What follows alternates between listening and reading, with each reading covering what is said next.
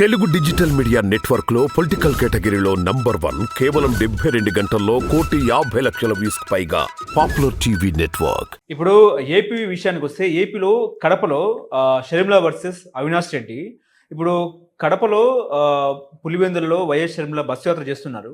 ఆమె పదే పదే జగన్మోహన్ రెడ్డిపై కొన్ని విమర్శలు చేస్తున్నారు. హంతకుడికి టికెట్ ఇచ్చారని చెప్పేసి, చీర కొంగు చాచి నేను అడుగుతున్నాను, నాకు ఓట్టేయని చెప్పేసి షర్మిల, ఆమెకు తోడు సునీత గారు ఉన్నారు.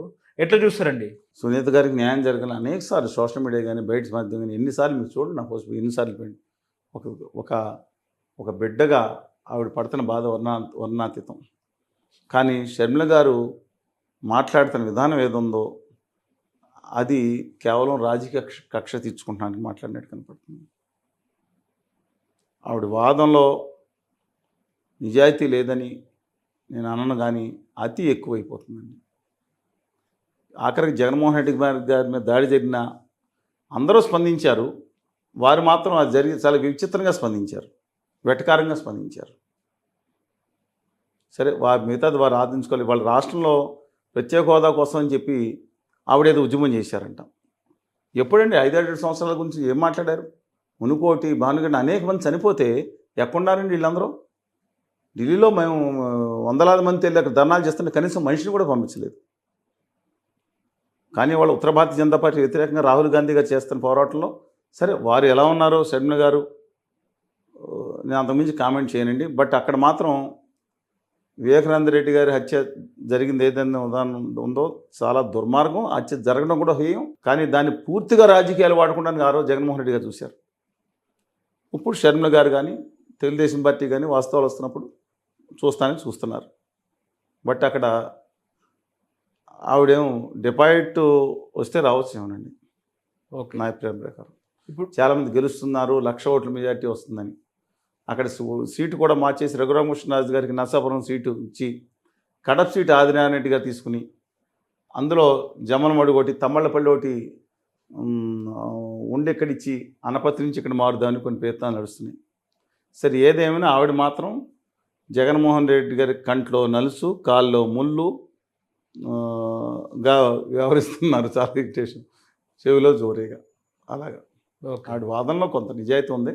కానీ మిగతాది ఆవిడ ఏం చేస్తున్నారో, ఆవిడ ఒక్కడే ఉద్యమం చేసినట్టు, రాష్ట్రంలో 5 మాయమైపోయి ఈ రాష్ట్రం కోసం ప్రాణం అర్పించేటట్టు, పక్క రాష్ట్రం నా సంబంధం ఏంటని ఆవిడ వైఎస్ఆర్ తెలంగాణ పార్టీ అధ్యక్షురాలు శ్రీమతి షర్మిల గారు చేస్తున్నారు. అందరినీ కలుపుకెళ్లాల్సిన సమయంలో ఎలాంటి పద్ధతి వ్యవహరించారో సిపిఐ సిపిఎంతో పార్టీలతో చాలా అహంకార వైఖరి. జగన్మోహన్ రెడ్డి గారికి ఏమాత్రం తక్కువ కానీ అహంకార వైఖరి వ్యవహరిస్తున్నారు ఆవిడ. తెలుసండి, నాకు తెలుసు. ఎందుకని ఎవరి సలహాలు వ్యవహరిస్తున్నారో నాకు తెలియదు. కానీ సిపిఐ పార్టీతో మాట్లాడతా, పైన డెలిబరేషన్స్ మాట్లాడతా, I'm leaving the following seats, who is she to leave this అడుగుని స్పష్టంగా మెసేజ్ వచ్చింది ఆవిడ దగ్గర నుంచి. మేము ఇస్తున్నాం, ఎవరికి వదిలేస్తున్నాం. ఏంటి వదిలేయటం ఏంటి? రాజకీయ పరిభాష కాకపోతే. అలాగే ఆమ్ ఆద్మీ పార్టీ జయలక్ష్మి గారిని కనీసం చర్చలు కూడా పిలవకుండా పక్కన పెట్టే పరిస్థితికి వచ్చారు. అంత అహంభావం. బహుశా అధికారంలో వస్తున్నామని తెలుసో, లేదా ఎవరి ఆదేశాలతో ఆవిడ వ్యవహరిస్తున్నారో తెలియదు. కానీ మంచి పద్ధతి కాదు. ఉత్తర భారతీయ జనతా పార్టీ ఆంధ్రప్రదేశ్కి నమ్మక ద్రోహం నియమించం చేస్తే వారు మాట్లాడే పద్ధతి ఏంటి? రాజకీయం కోసమే చూడటం కాదండి. బహుశా రాజకీయ పార్టీ డిఫరెంట్ ఇష్యూ. నిజాయితీగా సమస్య మీద నిలబడాలి, అందరినీ కలుపుకెళ్లాల్సిన సమస్యలో ఆవిడ ఫెయిల్ అయ్యారని అభిప్రాయం. ఓకే, ఇప్పుడు వైఎస్ విజయమ్మ ఇటు జగన్ వైపు ఉండలేక అటు షర్మిల వైపు ఉండలేక అమెరికా వెళ్ళిపోయారని ప్రచారం జరుగుతుంది. ఎట్లా చూస్తారండి? అంటే వైఎస్ విజయమ్మకు ఇది తలనొప్పిగా మారిందని అనుకోవచ్చా? విజయలక్ష్మి గారికి వారు వైఎస్ఆర్ కాంగ్రెస్ పార్టీకి గౌరవ అధ్యక్షులుగా వ్యవహరించారు జగన్మోహన్ రెడ్డి గారు జైల్లో ఉన్న సమయంలో. సరే, రాఘవరెడ్డి గారు మాట్లాడిన ప్రకారం ముందు భారతి గారు యాత్ర చేస్తానంటే వద్దు, నేను చేస్తానని షర్మిల గారు వచ్చారని, లేకపోతే ఏదో వార్తలు నిజమేంతో ఏదన్నా సరే షర్మిల గారు కూడా యాత్ర చేయడం జరిగింది. జగనన్న పడింది బాణాన్ని అన్నారు. ఇవాళ విజయలక్ష్మి గారికి పిల్లలంటే అమితమైన ప్రేమ. రాజశేఖర రెడ్డి గారికి షర్మిల గారంటే ఎక్కువ ప్రేమ, విజయలక్ష్మి గారి అబ్బాయి అంటే ఎక్కువ ప్రేమ అని అంటారు. వాళ్ళ వ్యక్తిగత విషయాలు వరకు అంతకుమించి మనకు అనవసరం. కానీ నిజంగానే కదండి, ఈ రాష్ట్రం ఆ రాష్ట్రంతో మనకేంటి బాబు అని హైదరాబాద్లో పోలీసులు వారిని అరెస్ట్ చేసిన విధానం ఉన్నప్పుడు మాట్లాడటం జరిగింది. మళ్ళీ ఆవిడే మనం రావటం జరిగింది. బహుశా ఇదే కారణం అయ్యి ఉండొచ్చు, మీడియా చెప్పింది వాస్తవం అయ్యి ఉండొచ్చు. విజయలక్ష్మి గారు ఇప్పుడు అబ్బాయికి దెబ్బ తగిలింది కాబట్టి రావచ్చేమో, తెలియదండి. అందువల్ల let us wait and see. అది రాజకీయాలు, కుటుంబ రాజకీయాలు ఇంతకుముందు చూశారు. ఎన్టీ రామారావు గారు చనిపోయినప్పుడు అప్పుడు కుటుంబ రాజకీయాలు, ఇప్పుడు కూడా కుటుంబ రాజకీయాలు. ఆ సాక్షిలో వాటా కోసం ఒక ఆవిడ, మా సాక్షిలో వాటా కావాలంటే బయట మాట్లాడుకోమని, రాజకీయాల్లోకి ఎందుకండి? రాజకీయాలు వాటా వస్తే సెటిల్ అయిపోతాయి ఇష్యూస్. ఆంధ్రప్రదేశ్ ప్రత్యేకాలు సెటిల్ అయిపోద్దా? విభజన హామీలు సెటిల్ అయిపోద్దా? Steel plant settle అయిపోద్దా?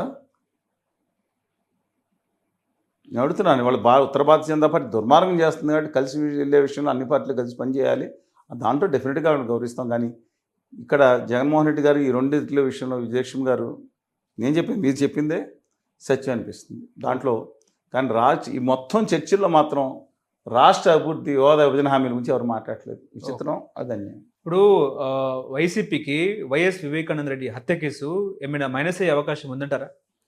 డెఫినెట్గానండి. ఆ రోజు ఎంత లిత లాభం జరిగింది. నారాసుర రక్ష చరిత్రను రాసి దాంట్లో వైఎస్ వివేకానంద రెడ్డి గారిని ఎలా వాడుకున్నారు, ఆయన హత్యని మనం చూసాం. సిబిఐ విచారణ జరగాలి వచ్చిన తర్వాత ఎంతో జరిగితే సిబిఐ విచారణ వేయలేదు. ఆ రోజు రాహుల్ దేవ్ గారు అనుకుంటా ఎస్పీ గారిని మార్చారు, శ్రీకాకుళం ఎస్పీ గారిని మార్చారు, ఏబి వెంకటేశ్వరరావు గారిని మార్చారు, డీజీపీ గారిని మార్చారు. చూశారు మీరు ఎట్లాంటి జరిగినాయి అనేక ఆరోపణలు. కేంద్రంలో ఉన్న ఐఏవిఆర్ కృష్ణారావు గారు చక్రం తిప్పారని చెప్తారు ఆథారిటీస్.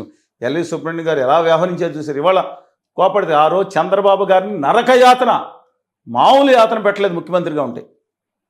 కలెక్టర్ కాన్సిల్ నాకు తెలుసండి, ఆయన ధర్నా చేశారు గోపాలకృష్ణ ద్వివేది గారి దగ్గర. ఇవాళ అందరూ చేరిపోయారు, వేరే సంగతి.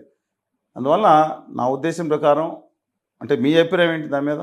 దీని మీద ఇప్పుడు మీరు అడిగిన దాని మీద కొంచెం మైనస్ ఉండే అవకాశం ఉన్నట్టు చర్చ. డెఫినెట్గా ఇప్పుడు డెబిట్, క్రెడిట్ తీసేసుకున్నప్పుడు డెబిట్ కూడా తీసుకోవాలండి. మీకు అర్థమైంది కదా? నేను అదే చెప్తున్నా. డెఫినెట్గా కడప జిల్లాలో చాలా ఎక్కువ మైనస్ అవుతుంది. మిగతా జిల్లాలో అంత ఇంపాక్ట్ ఉండకపోవచ్చు, తక్కువ ఉండొచ్చు. కడప జిల్లాలో మాత్రం ఇంపాక్ట్ చాలా గట్టిగా ఉంటుందని నా అభిప్రాయం. అంటే ఫలితాలను మొత్తం తారుమారు చేసేటట్టు ఉండకపోవచ్చు. పెద్ద ఇరిటేషన్ పాయింట్ కింద వైఎస్ఆర్ కాంగ్రెస్ పార్టీ రాష్ట్ర వ్యాప్తంగా ఉండబోతుంది. అది ఒక ఇష్యూ, మేజర్ ఇష్యూ కాబట్టి ఖచ్చితంగా ఒక ఇష్యూ అవుతుంది.